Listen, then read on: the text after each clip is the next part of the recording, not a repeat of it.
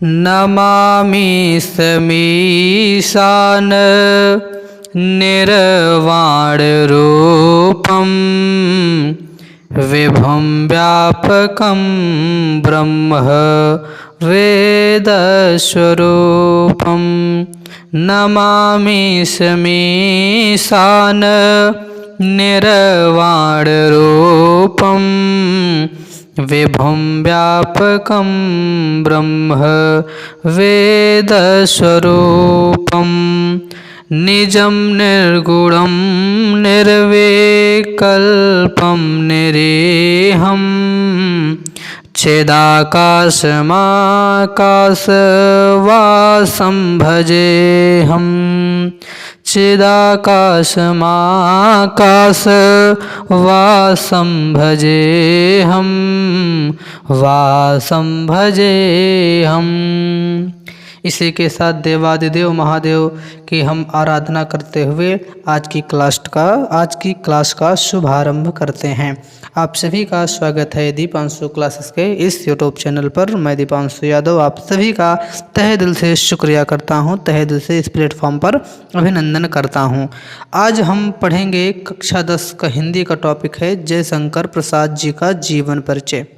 इससे पहले हमने शुक्ल जी का जीवन परिचय पढ़ लिया है। गद्य पद्य साहित्य का इतिहास भी हम लोगों ने कंप्लीट कर लिया है। आज बारी है जयशंकर प्रसाद जी का जीवन परिचय पढ़ने की। तो चलिए शुरू करते हैं जयशंकर प्रसाद जी का जीवन परिचय। सबसे पहले आप इनका जीवन परिचय लिखने से पहले संक्षिप्त परिचय लिखेंगे। संक्षिप्त परिचय आप कैसे लिखेंगे? तो जिस प्रकार से मैंने बॉक्स बनाया है इस प्रकार से आप बढ़िया से इसे बॉक्स बना लीजिएगा।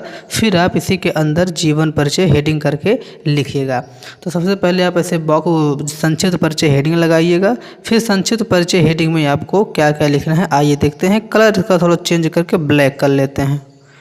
सबसे पहले आप लिखेंगे नाम। नाम में आप लिखेंगे जयशंकर प्रसाद। कलर उतना सही नहीं है, रेड ही रहने देते हैं।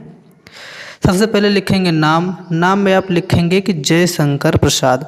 फिर आप लिखेंगे जन्म। जन्म इनका हुआ है 1889 ईस्वी में। किसी किसी बुक में 1890 भी मिल जाता है। तो चाहे आप 1889 लिखें चाहे आप 1890 लिखें, दोनों माना जाएगा। अगर आप 1889 लिख रहे हैं तब भी गलत नहीं होगा। तो इनका जन्म हुआ है 1889 ईस्वी में हुआ है। इनका जन्म स्थान यानी इनका जन्म हुआ कहाँ है? तो इनका जन्म हुआ है काशी में। काशी अपने उत्तर प्रदेश में है, जिसको वाराणसी कहते हैं, जो बाबा विश्वनाथ की नगरी है, जहाँ मणिकर्णिका घाट है, वही काशी है जहाँ पर संत कबीर का जन्म हुआ है। वहीं पर जयशंकर प्रसाद जी का जन्म हुआ है। जहाँ पे कबीर दास का जन्म हुआ था ये वही काशी है जहाँ पर जयशंकर जी का जन्म हुआ है। बात करें इनकी मृत्यु की तो इनकी मृत्यु है 1936 ईस्वी में। आपको याद करना है इनका जन्म 1889, इनकी मृत्यु 1936 ईस्वी। फिर आप इनकी हेडिंग लगाएंगे रचना। रचना में आप लिखेंगे इनका एक कामायनी महाकाव्य है, फिर आंसू है, आकाशदीप है, इंद्रजाल है। इनकी और भी तमाम रचनाएं हैं। चंद्रगुप्त है, स्कंदगुप्त है, ध्रुव स्वामिनी है, जन्मेजय का नागयज्ञ है, तितली है, कंकाल है, इरावती अपूर्ण है। तो ये सब इनकी रचनाएं हैं। लेकिन आपको जितनी रचना याद हो आप उतनी ही रचना लिखिएगा। कम से कम 4-5 तो लिख दीजिएगा। तो कामायनी, आंसू, आकाशदीप, इंद्रजाल, चंद्रगुप्त, स्कंदगुप्त, इन सभी रचनाओं को आप याद कर लीजिए। ये सभी रचनाएं जयशंकर प्रसाद जी की हैं। तो पहली हेडिंग कंप्लीट हुई जो है आपका संक्षिप्त परिचय का। संक्षिप्त परिचय में नाम, जन्म, जन्म स्थान, मृत्यु और रचना इन सबको लिखना है और इस प्रकार से बॉक्स में इसको बंद कर देना है।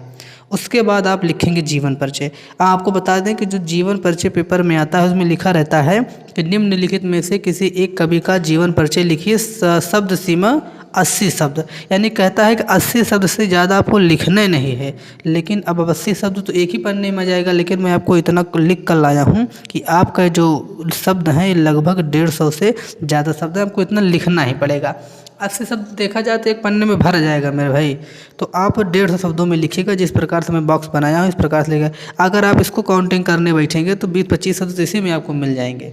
तो इस प्रकार से आप टेंशन मत लीजिएगा कि आप जितना जीवन परिचय पढ़ा रहे हैं क्या वो उतना इनफ है, उतना काफ़ी है। तो मैं बता रहा हूँ मेरे भाई उतना पूरा काफ़ी है। आपको टेंशन लेने की आवश्यकता नहीं है। केवल आप जितना मैं लिखा हूँ आप इतना ही बोर्ड परीक्षा की कॉपी में लिखिएगा। आपको पूरा नंबर एग्जामिनर देकर आएगा, इसमें कोई दो राय की बात नहीं है। मैंने जब मैं एग्ज़ाम दिया था बोर्ड परीक्षा का, इसी प्रकार से मैं भी लिखा था, तो मेरे को हिंदी में मिले थे 97 नंबर कक्षा 10 की हिंदी में।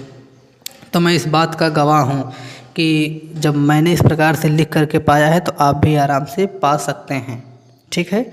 और जब मैंने हाई स्कूल किया था तब भी 30 नंबर मिलने वाला ये काम था। मैंने 70 नंबर का हुआ करता था आपका थ्योरी, 30 नंबर का प्रैक्टिकल।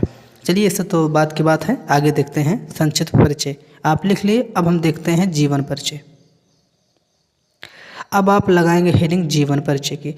जीवन परिचय में आपको क्या लिखना है, देखिए जीवन परिचय में लिखेंगे कि छायावाद के स्तंभ कहे जाने वाले जयशंकर प्रसाद जी का जन्म सन 1889 ईस्वी में हुआ था। छायावाद के स्तंभ कहे जाने वाले जयशंकर प्रसाद जी का जन्म सन 1889 ईस्वी में हुआ था। इनका जन्म उत्तर प्रदेश के काशी नामक स्थान पर एक वैश्य परिवार में हुआ था। वैश्य परिवार में इनका जन्म हुआ था, यानी कि बनिया परिवार में इनका जन्म हुआ था, व्यापारी परिवार में इनका जन्म हुआ था। किनका? तो जयशंकर प्रसाद जी का।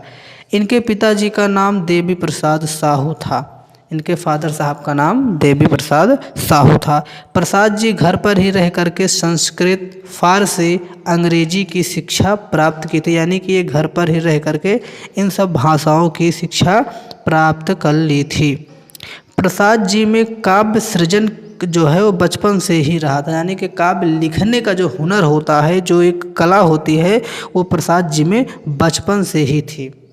इनके माता पिता तथा अनुज और इनकी पत्नी ये सब इन्हें युवावस्था में ही छोड़कर चले गए। कहने का मतलब है कि जब ये बाल्यकाल में थे तभी इनके माता की देहांत हो गया और उसी कुछ दिन बाद इनके पिताजी भी गुजर गए और उसके बाद इनके भाई भी गुजर गए। इन्होंने 3 विवाह किया, लेकिन तीनों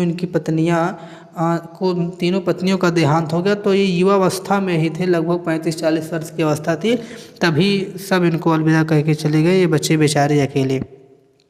अतः प्रसाद जी जो पहले से वैभवशाली थे, यानी कि वैश्य परिवार में थे, व्यापारी थे, पहले से इनके पास धन दौलत धन धान्य था, वैभवशाली थे, परंतु जैसे व्यापारी हैं तो कुछ आदमी हैं व्यापार में ऋण कर्जा वगैरह सब लिया रहता है। अब इनके पिताजी चले गए तो सारी जिम्मेदारियां इनके ऊपर आ गए। तो इनके पिताजी ने जो ऋण वगैरह लिया था उससे अब इनको उसको चुकाना था, तो ऋण से ग्रस्त हो गए, यानी ऋण से परेशान हो गए बेचारे वो। इसी बीच प्रसाद जी को एक क्षय नामक रोग होता है, वह हो गया। आपकी जानकारी के लिए बता दें कि क्षय नामक रोग किससे कहते हैं, तो आज जिसको आप टीबी कहते हैं उसी को पहले क्षय रोग के नाम से जाना जाता था। तो इनको उसी बीच में प्रसाद जी को क्षय रोग हो गया।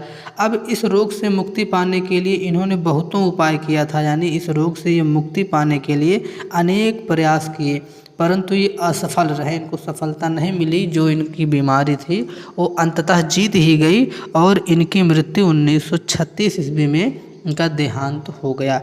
आप 1936 लिखें या 1937 लिखें, दोनों सही माना जाएगा।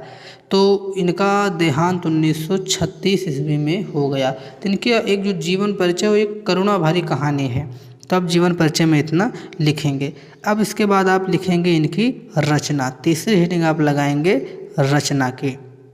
रचना में आप लिखेंगे कामायनी, इंद्रजाल, आंसू, आकाशदीप, चंद्रगुप्त, स्कंदगुप्त, झरना, तितली, इरावती, अपूर्व इत्यादि, ये सब इनकी प्रमुख रचनाएं हैं। लेकिन मैं फिर आपसे बता रहा हूँ कि रचना आप हेडिंग ऐसे लगाएंगे, लेकिन रचना का क्रम आप इस प्रकार से लिखेंगे: पहली रचना, दूसरी रचना, तीसरी रचना, चौथी रचना, पांचवी रचना।